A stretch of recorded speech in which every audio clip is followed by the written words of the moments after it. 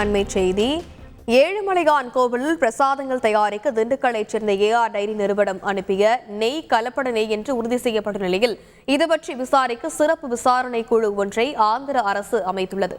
இதுபற்றிய மேலும் விவரங்களை செய்தியாளர் சரவணன் விவரிக்க கேட்கலாம். வணக்கம் சரவணன், இந்த சிறப்பு விசாரணை குழுவின் திட்டம் மற்றும் பணி என்ன? திருப்பதி ஏழுமலையான் கோவில் பிரசாதங்களில் பயன்படுத்தப்படும் நெய்யில் கலப்படம் இருப்பதாக தெரிய வந்த நிலையில் இதனை வழங்கிய திண்டுக்கலை சேர்ந்த ஏஆர் நிறுவனத்தின் நெய் என்று உறுதி செய்யப்பட்ட நிலையில் இதற்காக ஆந்திர மாநில அரசு அமைக்கப்பட்டுள்ள தனிப்படை, அதாவது புலனாய்வு குழு 9 பேர் கொண்ட குழு என்று அமைக்கப்பட்டது. இந்த குழுவானது நேற்று முன்தினம் திருமணிக்கு வந்த நிலையில் 3வது நாளாக இன்று திருப்பதியில் உள்ள இந்த நெய் கிடங்கு மற்றும் திருமலையில் வைக்கப்பட்டிருக்கின்ற ஆய்வகம், கிடங்கு போன்றவற்றை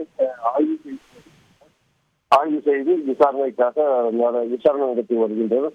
மேலும் இது குறித்து இந்த விசாரணையை தொடங்கியுள்ள இந்த விசாரணை குழுவினர் இந்த ஆய்வுக்கு பிறகு திருப்பதியில் உள்ள ஏஆர் நிறுவனத்திடம் விசாரிக்க உள்ளதாகவும் தகவல் தெரிவிக்கப்பட்டுள்ளது. விரிவான விவரங்களுக்கு நன்றி சரவணன். செய்திகளை உடனுக்குடன் தெரிந்து கொள்ள உடனே சப்ஸ்கிரைப் பண்ணுங்க.